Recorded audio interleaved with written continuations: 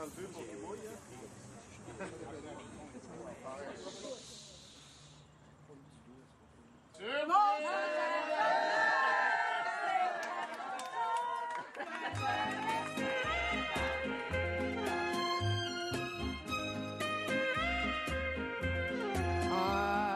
could cry my heart out for you.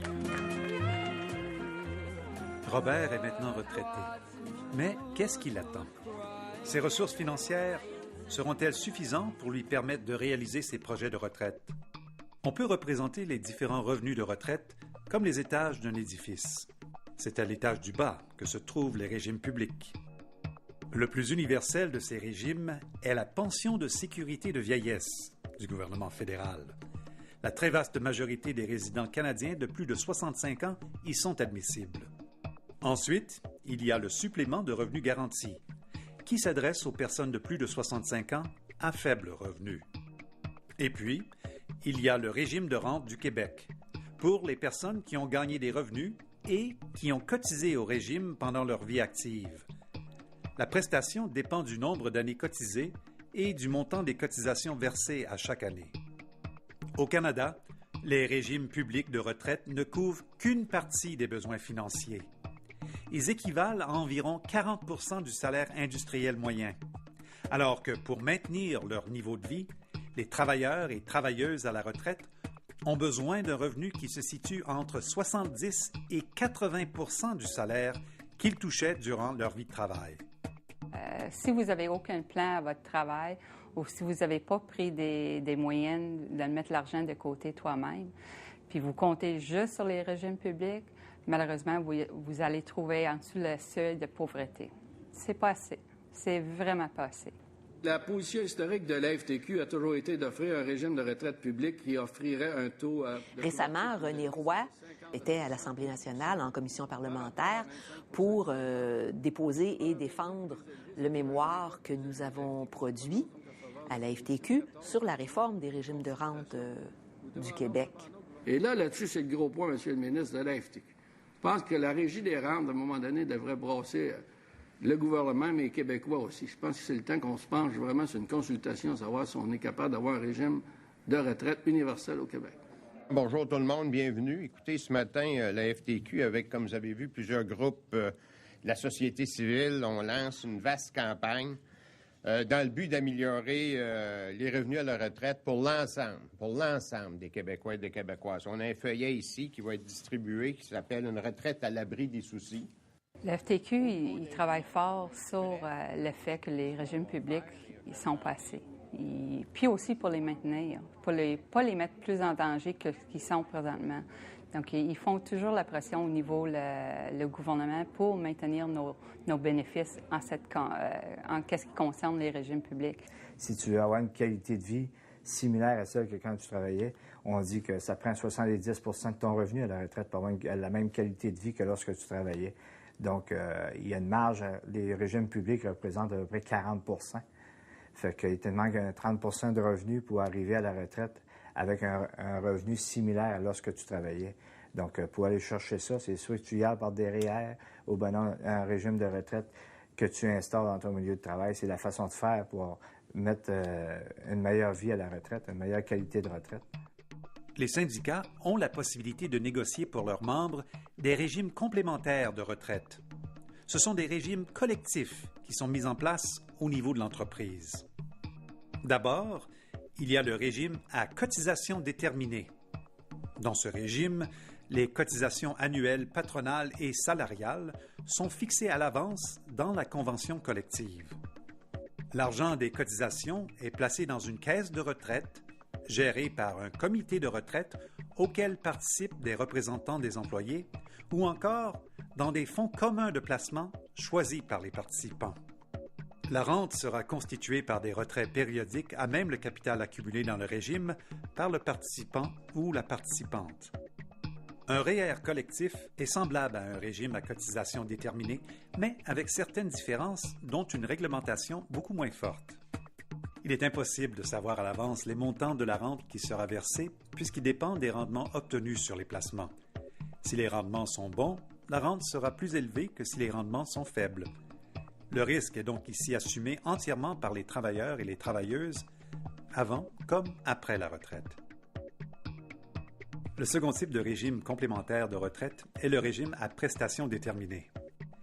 Les cotisations alimentent la caisse de retraite qui est gérée par le comité de retraite, lequel a la responsabilité de placer l'argent du régime en vue de payer les rentes promises. Dans ce cas, la rente est connue à l'avance et est calculée en fonction des années de service cotisées et de la formule de rente prévue dans le texte du régime. Ici, c'est l'employeur qui a la responsabilité d'ajuster sa cotisation annuelle pour garantir que le régime soit suffisamment financé. Si les rendements de la caisse sont faibles, c'est donc l'employeur qui devra augmenter ses cotisations et garantir le versement des rentes promises. Le régime à prestations déterminées est avantageux puisqu'il garantit aux participants et participantes une rente de retraite jusqu'à la fin de leur jour.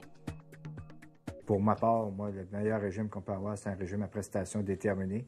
C'est la Cadillac des régimes de retraite qu'on peut avoir lorsqu'on s'en va à la retraite. Une cotisation déterminée, il va fluctuer avec le plan, mais une prestation déterminée, au moins tu vas savoir déjà à l'avance c'est quoi vous allez avoir quand vous prenez votre retraite. Et c'est pour ça qu'il faut vraiment résister à la pression accrue qui se fait sentir pour passer de régime à prestation à ceux à cotisation.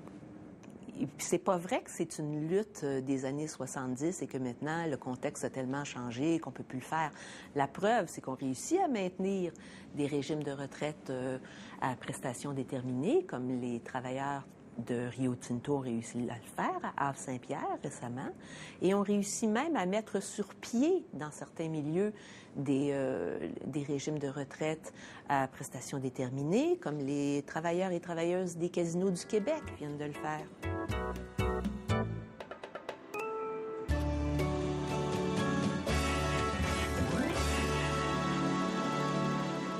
Il faut comprendre que le Casino du Lac-Lémy est ouvert depuis environ 14 ans. On a toujours eu un fonds de pension ici au Casino du Lac-Lémy, un fonds de pension à cotisation déterminée. Lors des dernières négociations, lors de notre projet de négo, on avait mis dans notre projet d'avoir un fonds de pension à prestations déterminées. Ça va un petit peu à l'encontre de la vague de ce qui se passe en ce moment au Québec, voire au Canada, parce que la plupart des employeurs se retirent de ces fonds de pension-là pour aller vers des cotisations déterminées. Je pense que lorsqu'on a eu des années de vaches grasses, les surplus ont été utilisés à mauvais escient. En place de les laisser dans les régimes et pour qu'ils fassent des petits et que les régimes soient en santé, il y a eu des congés de cotisation. Ces congés de cotisation-là font que dans les années où justement c'est un petit peu plus difficile, on n'a pas eu les surplus nécessaires pour combler ces régimes-là. Donc, le problème, c'est pas les régimes eux-mêmes, c'est qu'est-ce qu'on fait avec les surplus lors des années de vaches grasses, comparativement aux années où ça va moins bien. Une de nos demandes dans la négociation, c'est qu'il n'y ait jamais de congé de cotisation. On préfère que les argents soient utilisés à améliorer le régime plutôt que de ne pas rajouter de l'argent au régime lui-même. Maintenant, avec ce qui est négocié, c'est un fonds de pension qui est obligatoire. Et en place d'avoir 5 % du salaire doublé par l'employeur, maintenant, c'est 7 % du salaire doublé par l'employeur. Donc, on a un bon fonds de pension, 14 % du salaire annuel, obligatoire pour tous et chacun. Donc, on pense que c'est un gain considérable pour les employés. On va là, on s'en va pour la grille. Il est 11h44 sur ma montre carrément. On va aller là le montrer qu'on est en tabarnak. La compagnie Rio Tinto, en 2007, a essayé de faire un changement radical en nous imposant pour les nouveaux employés, même pas pour nous autres. Ils voulaient instaurer un régime à cotisation déterminée. Si on acceptait ça pour les nouveaux, à moyen terme et long terme, il y aurait eu une division dans le membership. Nous autres, c'était radical, qu'on ne voulait rien savoir de ça parce que la stratégie de la compagnie à moyen et long terme, c'était de tuer le syndicalisme au Havre-Saint-Pierre. Les gens étaient assez bright pour comprendre qu'il est en train de se faire fourrer carrément. Puis, c'était un vote de grève à 100 %. Fait que c'était un conflit quand même assez olé. Au bout de la ligne, dans la négociation, c'est le PD qui en est sorti. À la fin du conflit, on a réussi à aller chercher 2 700 $ par mois, par année de service. Tu sais, dans un régime à prestations déterminées, là, des Vincent Lacroix puis des Norbeau, il n'y en a pas. Nous autres, les risques, c'est la compagnie qui l'a. Fait que ça a été, on a gagné notre game pour ce bout-là.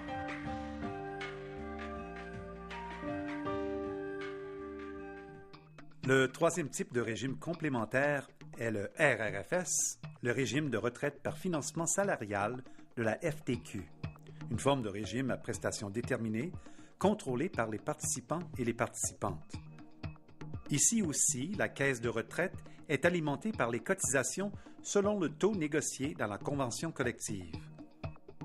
Le RRFS-FTQ est un régime à prestations déterminées qui garantit à l'avance le montant de la rente. Il prévoit aussi la constitution d'une réserve pour indexation qui permettra, dépendamment des rendements de la caisse, d'indexer les rentes pour compenser l'augmentation du coût de la vie.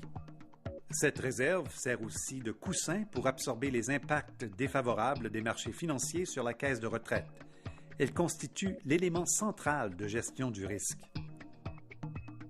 Dans un RRFS, ce sont les participants et les bénéficiaires qui collectivement supportent le risque. Mais ce n'est qu'en dernier recours, en cas de déficit de la caisse de retraite, que la cotisation des membres peut être appelée à augmenter. Mais même dans ce cas, la rente promise aux membres du régime, qu'ils soient retraités ou non, ne sera pas réduite.